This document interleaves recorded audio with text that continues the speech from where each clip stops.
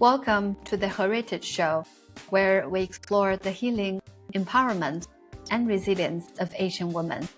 I'm your host, Ling, a wellness and resilience coach. In each episode, I chat with an amazing woman who is conquering challenges, embracing her unique identity, and living life on her own terms. Get ready for inspiring stories, laughs, and powerful aha moments. Grab your favorite drink, get cozy, and let's dive in. Today, we have a special guest, Shreeya Giri, founder and managing director of Happy Minds, an inclusive mental health platform for Nepali people worldwide. During COVID-19 pandemic, Shreeya saw the mental health gap and created Happy Minds to raise awareness and provide counseling support. Since April 2021, Shreeya and her team have reached over 57,000 Nepali individuals across 7 provinces and 27 nations, offering campaigns on mental health and workplace well-being. Their impactful work has earned numerous awards, and Shreeya herself has been recognized by Forbes as one of the 30 under 30 from Asia. On today's episode, we will discuss Shreeya's mission, her insights on overcoming mental health challenges, her entrepreneurial journey, and her growth as a female founder. So let's dive in. Hello, Shreeya. Welcome. Hey. Welcome to the Heritage Show. It's really a pleasure to have you here with Thank you us. for having me. Yeah, thank you for coming. And to start with, I'm really curious to know what is your mission and what are the impact are you trying to make in this world?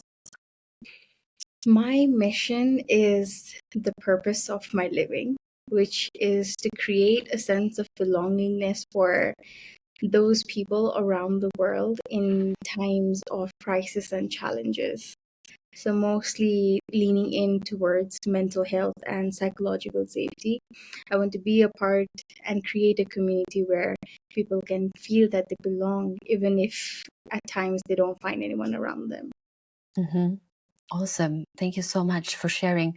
As you mentioned this keyword, right? Belonging. In essence, everyone is looking to have the feeling of belonging. And I wonder, what was the connection with you? What was the story that inspired you to have found Happy Minds? Well, it goes back to late 2020 when we were a part of COVID-19 pandemic. I was happily in my international student era, residing in London, doing quite fine with my work life and social life in every aspect. But when the COVID started and we were stuck inside our rooms, I was very quick to lose that sense of belonging, mostly because my mental health started degrading and I felt like nobody could understand me. And when there was an instance where I wanted to be understood, I struggled to get the help.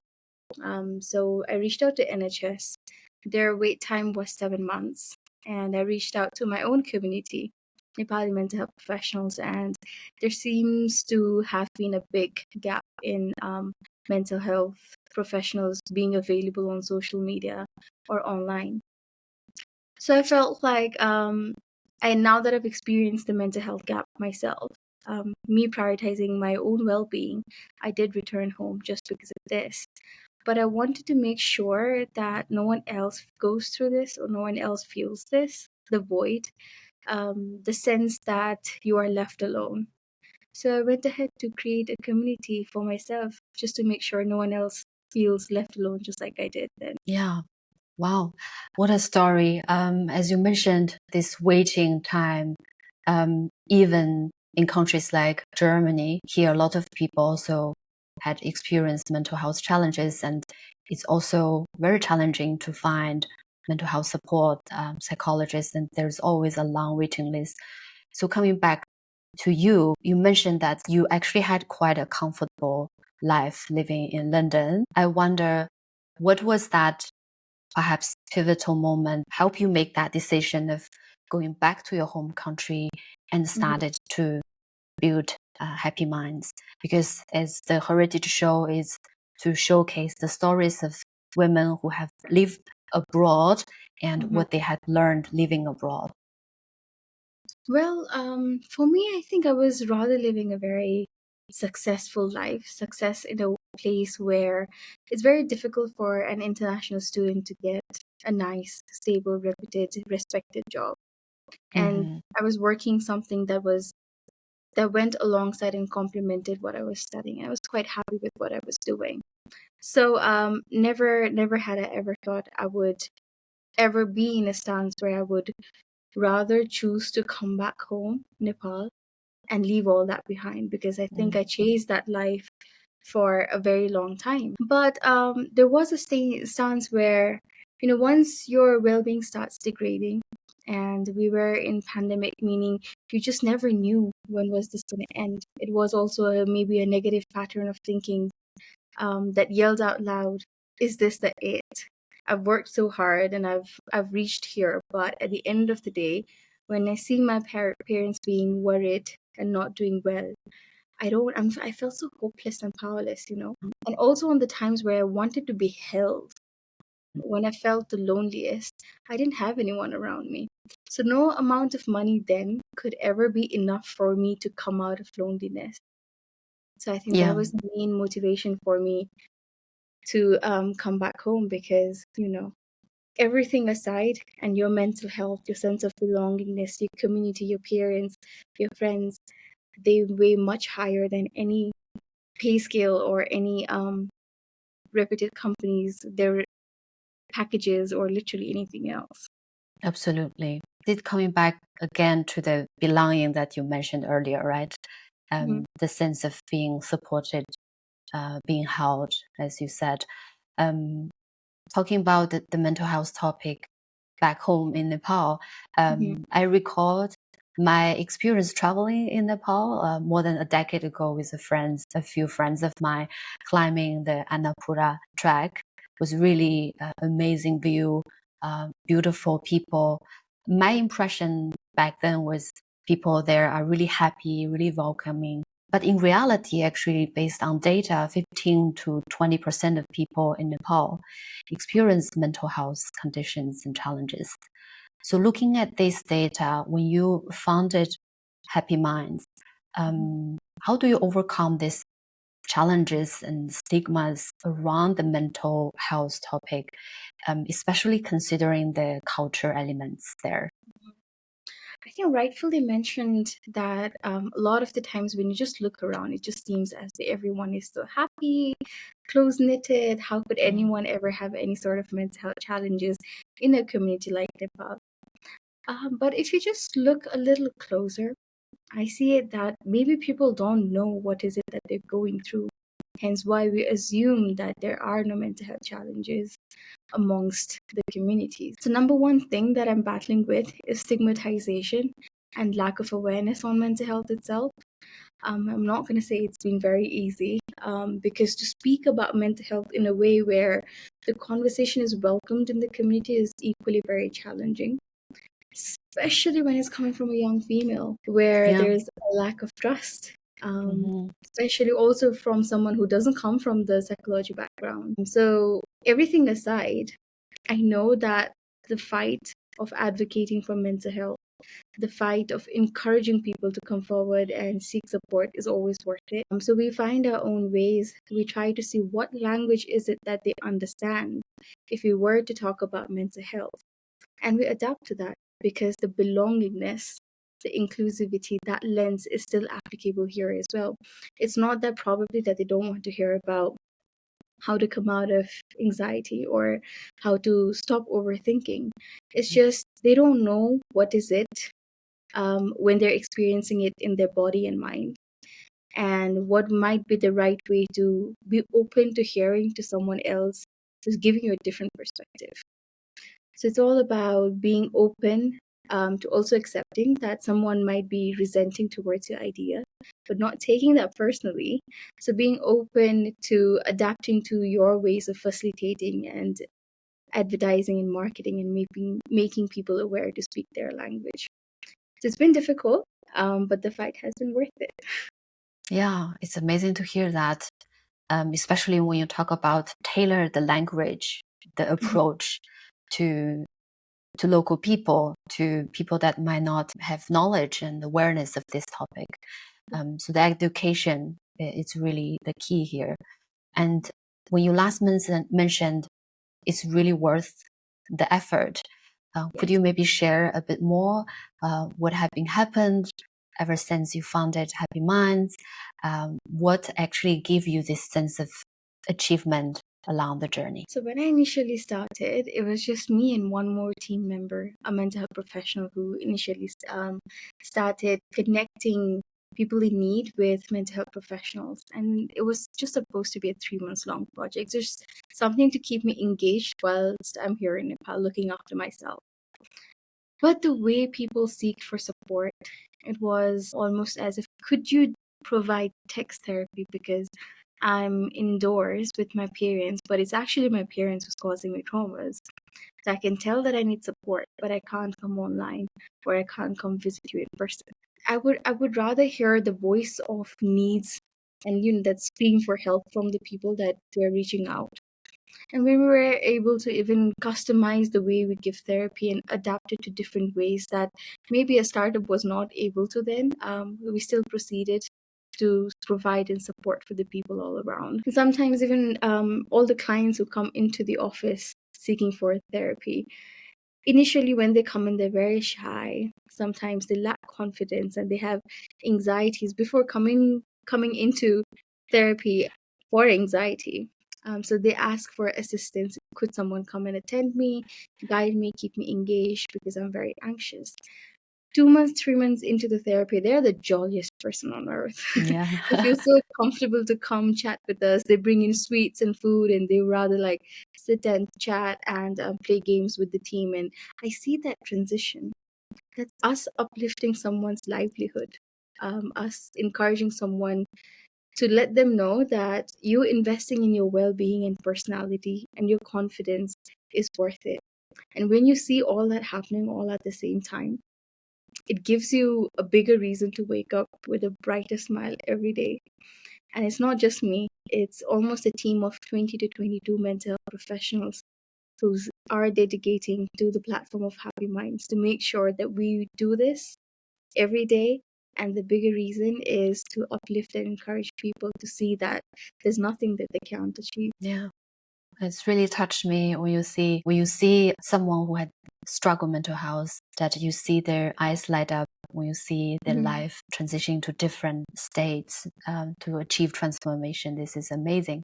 Talking about your experience of supporting those people, I remember in one TED talk you also touch upon this notion of nowadays we always have this pressure that we have to show up happy, we have to be positive, even if we experience perhaps mental health challenges, maybe hit the rock bottom in our lives.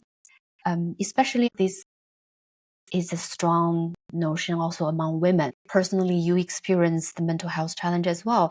So could you share from your perspective experience, how can women show up to be more authentic and be able to relate to our feelings, even if they're negative, and Mhm. be able to not having this sense of constant positivity, Mhm. even in the face of challenges? I think it initially starts from within. If you're not truly authentic to yourself, how could you be authentic in front of anyone else? Especially when it comes to women. I'll start with body positivity. The idea of standing in front of a mirror and being able to accept who you are as you are is very challenging for us. And it's a global data where, on an average, the body image issue starts at early as age 3 for a woman. Wow. So from the age of 3, we learn that we need to put makeup on because it's going to make us feel prettier. We need to dress a certain way because that's when you're going to start looking pretty and the community will rather accept you. You have to look and smile and, be presentable at all times. Whereas probably you're never going to get that job interview and things like that. But it's never how do I feel, what makes me feel pretty, and what clothes make me feel comfortable. So for me, one statement of encouragement would be first to delve inside, look within, to see if you have any insecurities or any second doubts. And if you hate a certain body part or any certain attributes towards yourself, then change the narrative of how you think and how you speak to yourself. Because there are so many body types all around and so many personalities, and everyone is unique because of this very same factor.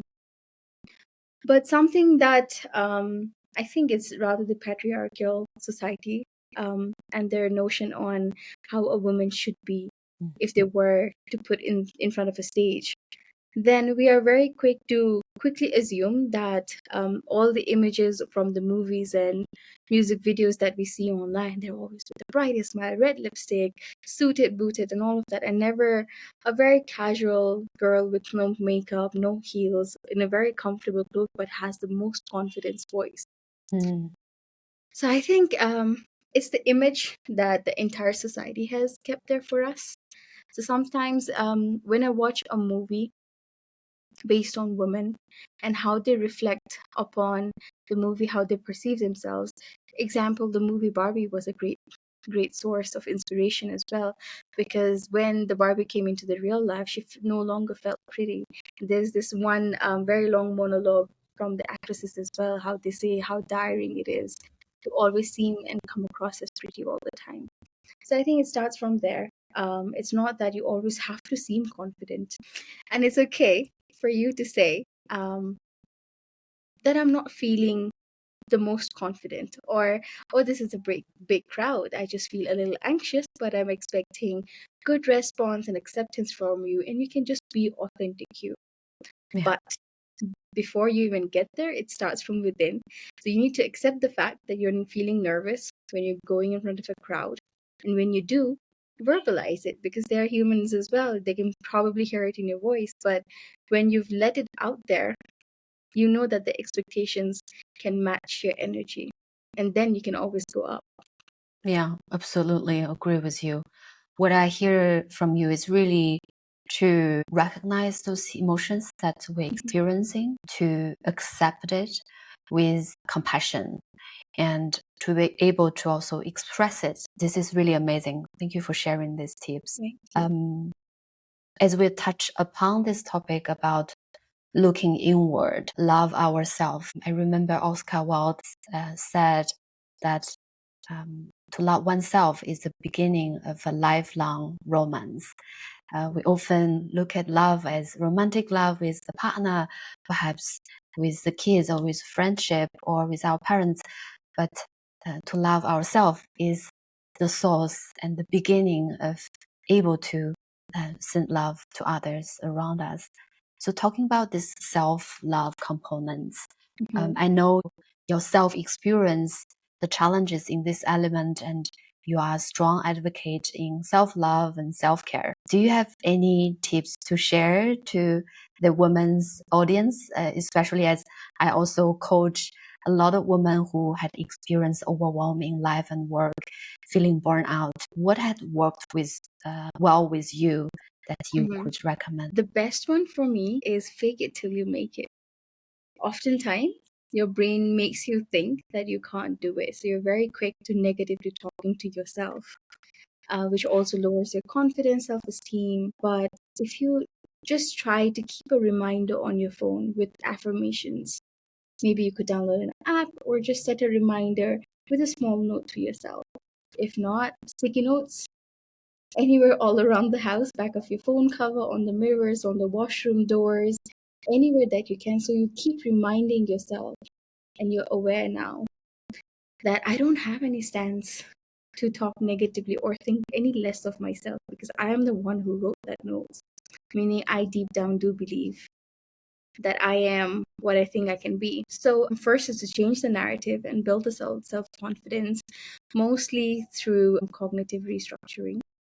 Sticky notes mostly comes in handy. If not, then your mobile phone reminders, calendars, alarms comes in very handy. Apart from that, I know when life gets really hectic, even to ask for an 1 hour to yourself is a lot. But that 1 hour could be amidst when you're driving from work to home. Sometimes what I do, I tend to put the camera on, and I love talking to myself when I'm driving. So at least even when someone is watching, or even if not, it seems as though I am having a two-way conversation. But actually, I'm just talking to my higher self, and it's so much fun. We blast the music, we just like, party to ourselves.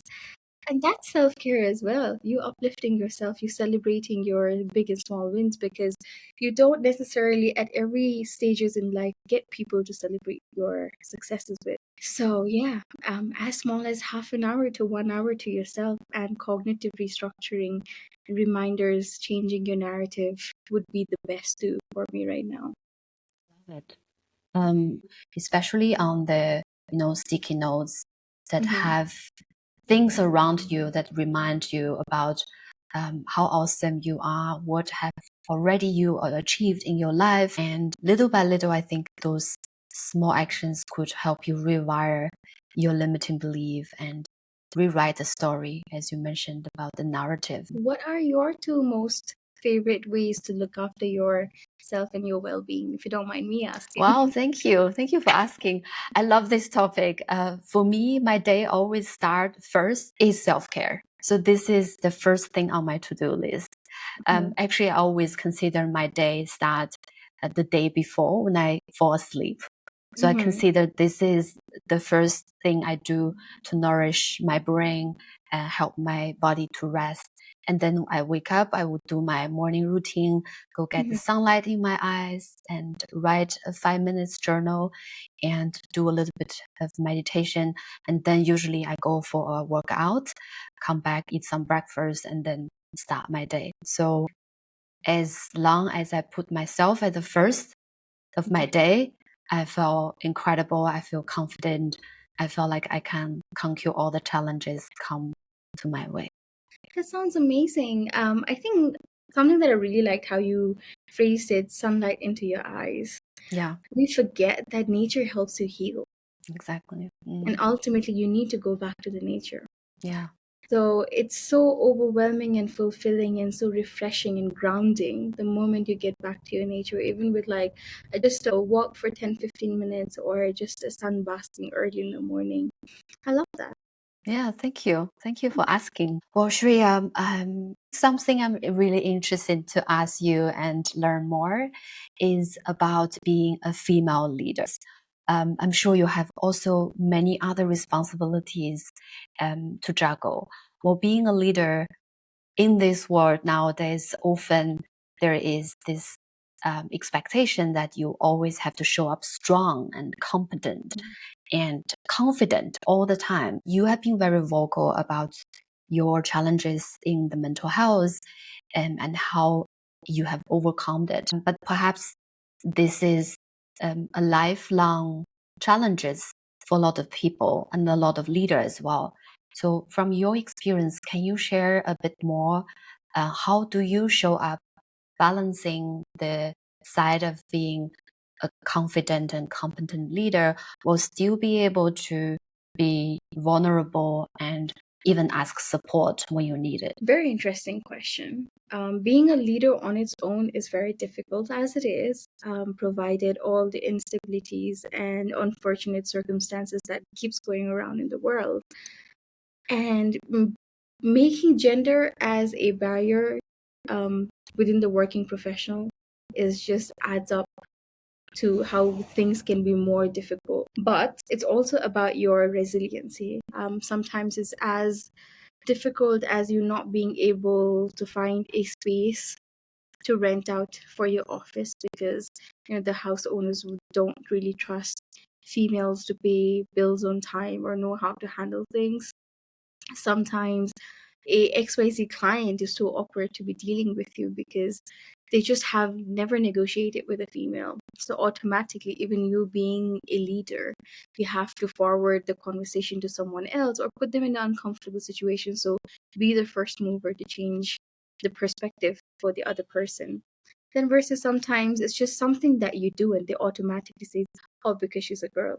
So on a day-to-day basis, It's enough that you're trying to battle the mental health stigma. I don't ever want to be my gender a adding barrier towards what I'm leading towards. So if there is anything, I am very vocal about any difficult situations in front of my team and my parents and my friends wherever relatable. Yes, being a leader also keeps you in a space where you have to always come across as tough, almost as if you've got it together. But if you just allow that space with your friends and family and your team member, then they will see you beyond a leader who is also a human, who can also have the ups and downs of the life. So you give them that space where one they can connect with you. So if they ever were to have any downfalls in their life, they feel safe enough to come and verbalize it with you.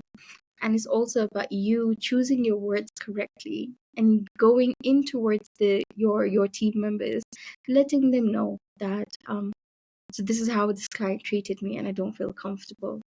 So could you back me up? Yeah. Or certain days when your mental health relapses and you just can't get out of the bed and you don't feel productive, just be vocal. It's only human to feel depressed from time to time, especially when you've been battling with this for the longest time. Just have that space, create it for yourself. No one else is going to assume or just automatically know that this might be something that you're going through based on your behavior. So let me come and approach you. Don't wait for other people to provide that for you. You are your own provider, so you need to build your safety home for yourself. And that is exactly how I've been doing it. For the tables that I can pick my fight, I go ahead with it and I make sure I don't take any of it personally.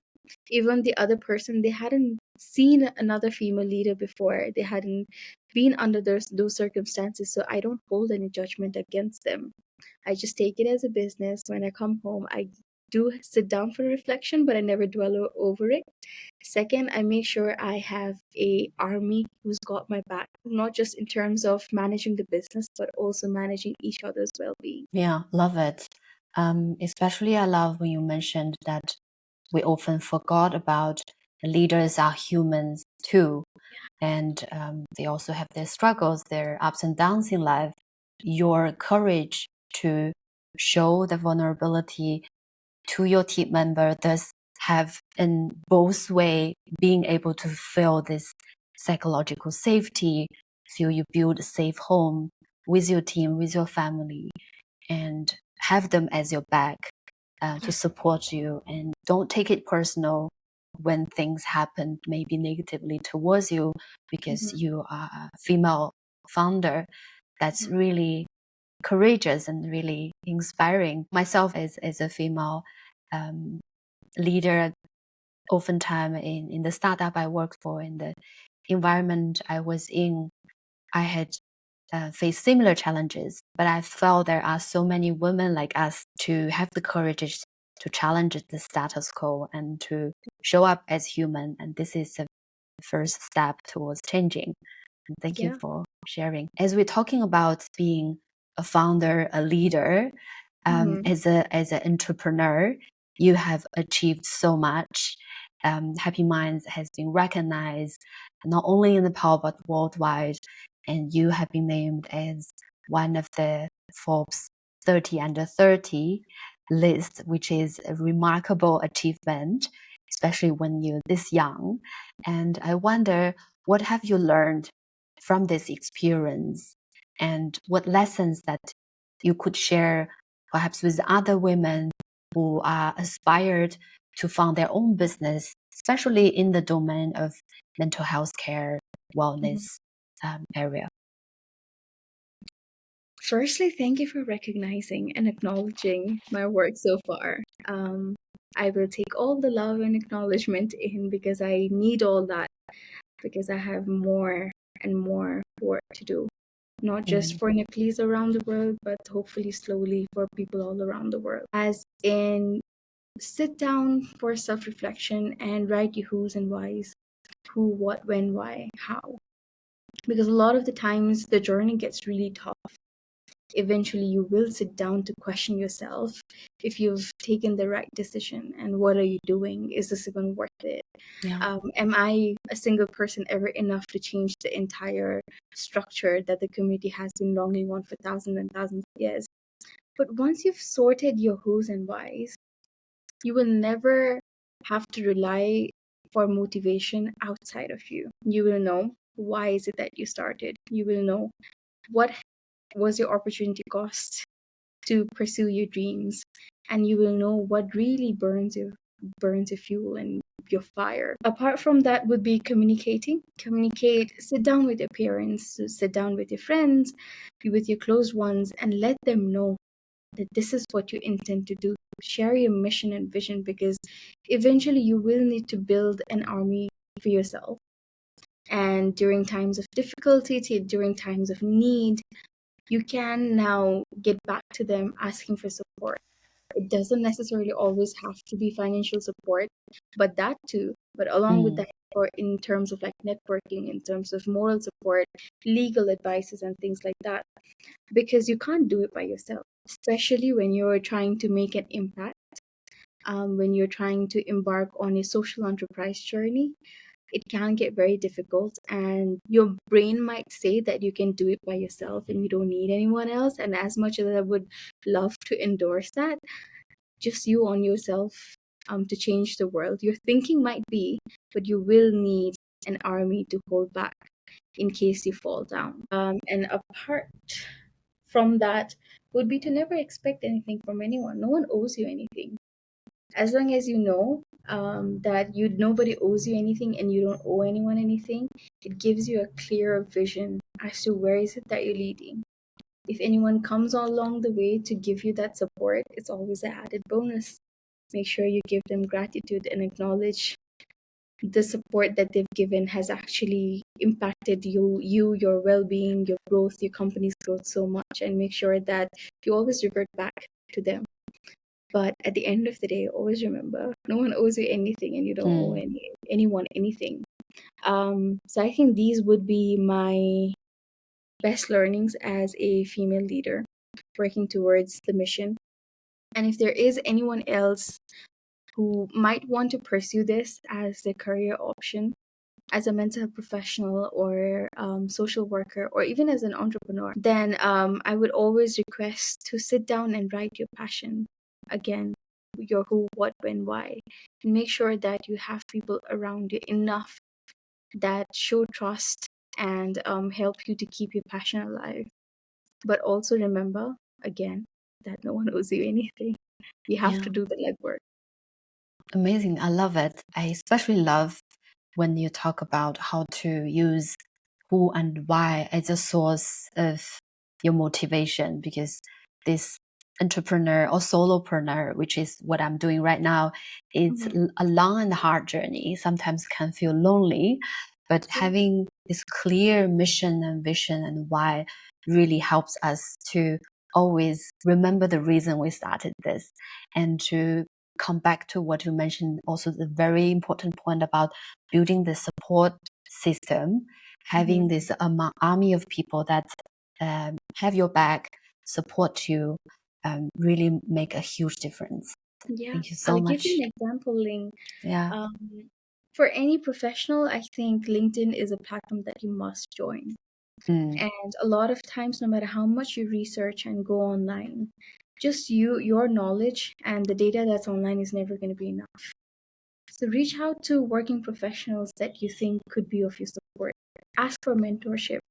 Maybe very well that you can't pay them, or even if you can, that's great. But just shoot a message. Just let them know this is what you're doing.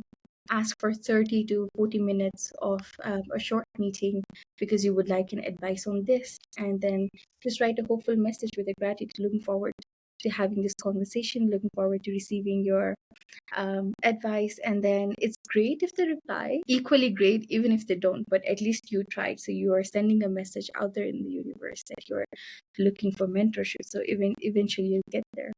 So this is what I mean when I say don't expect from anyone, but make sure you're constantly building yourself. Yeah, great tips.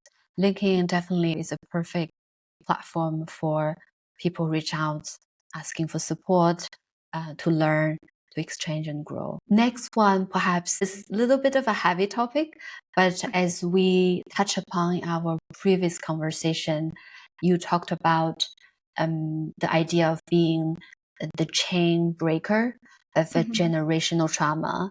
I deeply resonate with these topics. And Nepal is a country that has gone through a lot of events in the recent history, including the civil war, the earthquake, even COVID-19 pandemic. All of those events had made and will continue to make significant impact on generations to come. And as someone who had living abroad in London and then now going back to your home country and learning different experience, perspective, and supporting your people, what's your experience and perspective in breaking this cycle? What can we do from an individual level to help? I love the internet for educating us what generational trauma looks like, the impact that's brought upon us from our grandparents and their grandparents. It's as small as how different parenting styles were then, and it worked greatly for them.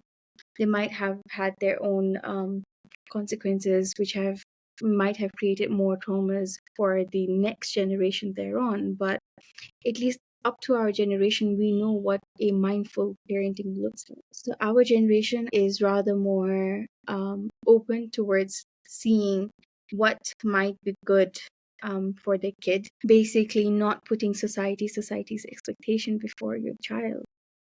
And that has taken me a lot and my mom a lot to understand that this is where we need to establish our boundaries, where you and I come before society and their expectations. What about our quality of living and not society's quality of living? It also talks greatly about the belongingness of and love language.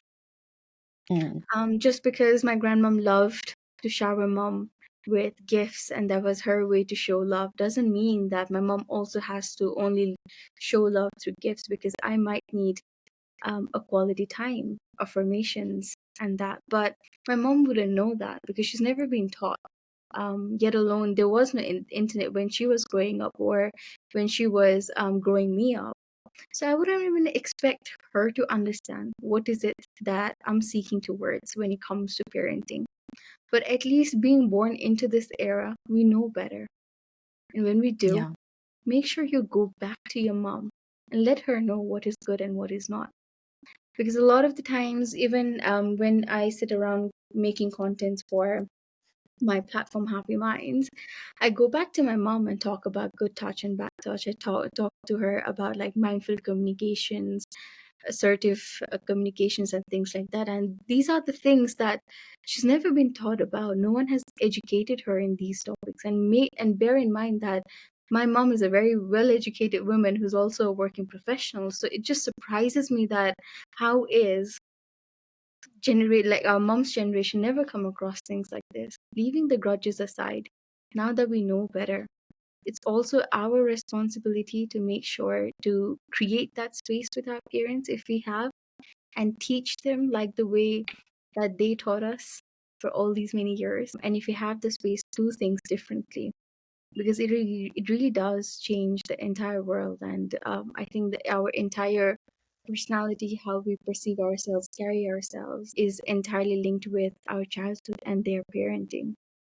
So hopefully we can have better generations for upcoming eras to know how to put their well-being first, how to be assertive, their rights, and all of that. I absolutely echo your point on we have to reparenting our parents in a way that, of course, they raise us and they support us in so many ways, but that they also lack of so many knowledges and understanding of all the recent research and recent progression in parenting, in mental health, in communication. So I love that you I mentioned love the about. word reparenting. Yes, you just somehow come up this word as you talk about this. And yeah, it's also a part of my journey as well, to try to reparenting my parents, which Mhm. has been challenging. But just the fact that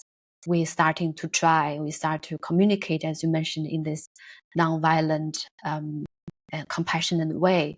Mhm. This is a first step of us going towards healing for Yeah. ourselves and for our parents.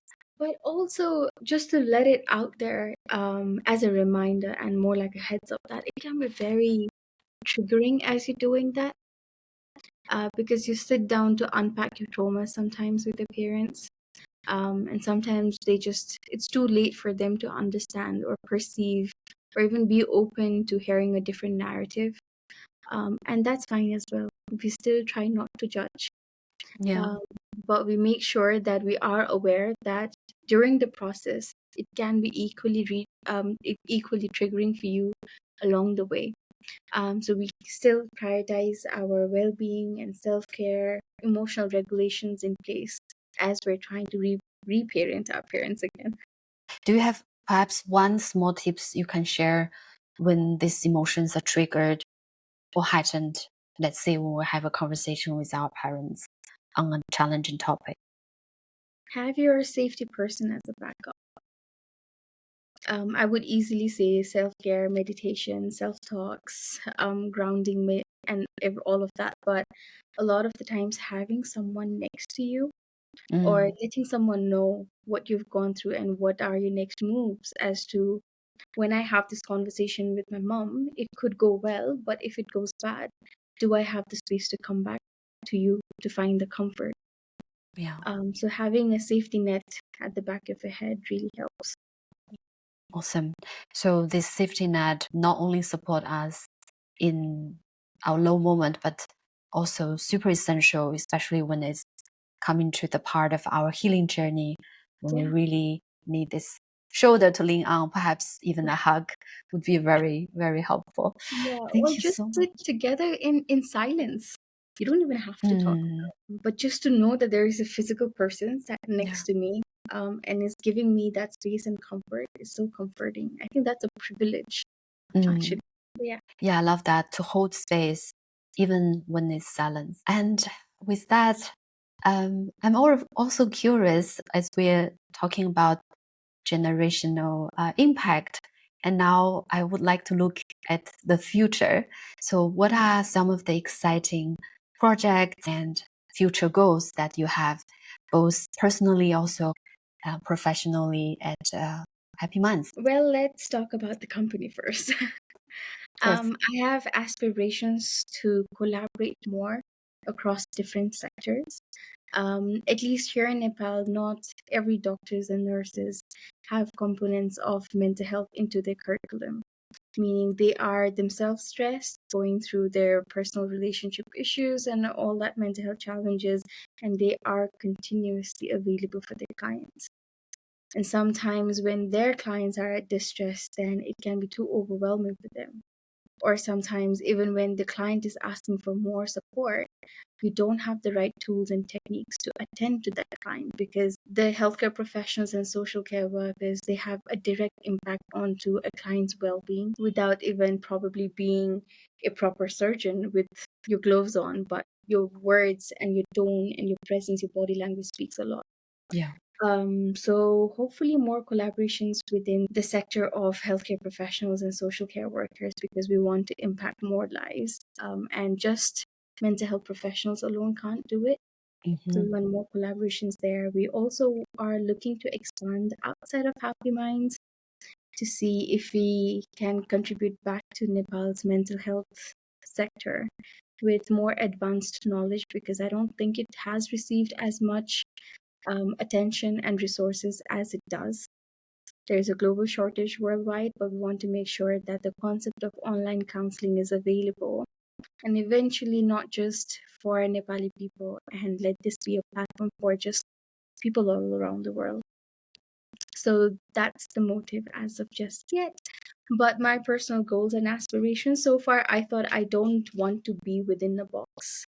So I'm Mm. not a mental health professional, meaning no one has ever shared me academic guidelines, so I can think on my free will. But now has come a time where people personally want to seek advice. I just meet people at random and they end up sharing and they expect words out of me. And I know that I'd rather not say things because this might go wrong and this is not my boundary.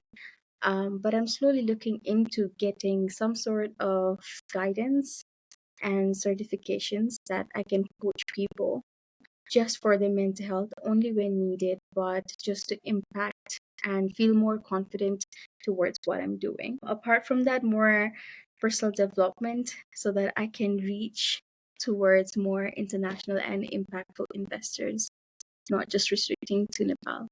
That sounds amazing. A lot of exciting projects. I especially love that you personally want to pursue further learning in being a coach and supporting others. This is amazing.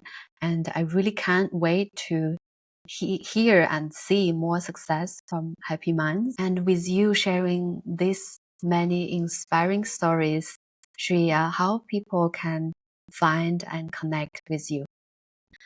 I am very active on LinkedIn. So if you just shoot Shreeya Giri or Happy Minds together along with it, I'm very easy to be found there. Or my Instagram and Facebook as well. Or simply Shreeya at happyminds.health. If anyone needs anything, wants to brainstorm anything, then I allow to give that space to the general public all around the world to get in touch with me for any well-being related concerns or matters. Fantastic. I'll leave this contact also in the show notes so the audience can find you easily. And last but not the least, before we wrap up, I'd really love to hear your final wisdom to share to our audience.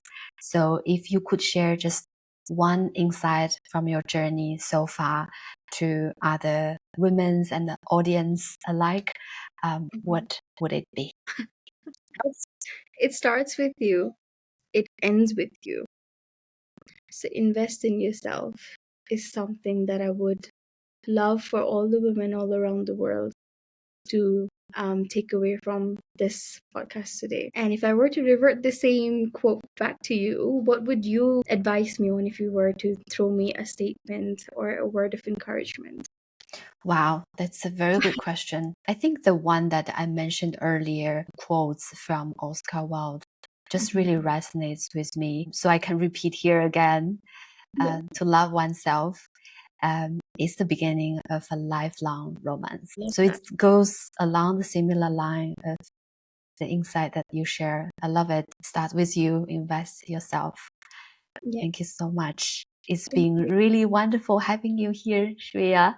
I really thoroughly loved our conversation, and I can't wait to continue follow your journey and your exciting news. Would love to have you here again to talk more about mental health, about entrepreneurship, also about life. So I really wishing you all the best. Thank you. Thank you for one, finding me down on LinkedIn. Second, giving a space to talk about mental health of Nepal and among Nepalese. So thank you for giving me a space to represent. Pleasure is mine. Thank you. I'll talk to you very soon, Shreeya. Yeah. Thank you for listening to today's episode. If you enjoyed this episode, please take a moment to subscribe to my podcast. Your support means the world to me and helps more people discover those inspiring stories. Don't forget to share this episode with a friend who could use some empowerment today. This is your host, Ling. Remember, your stories is yours to write. Make it a masterpiece. Until next time, stay well.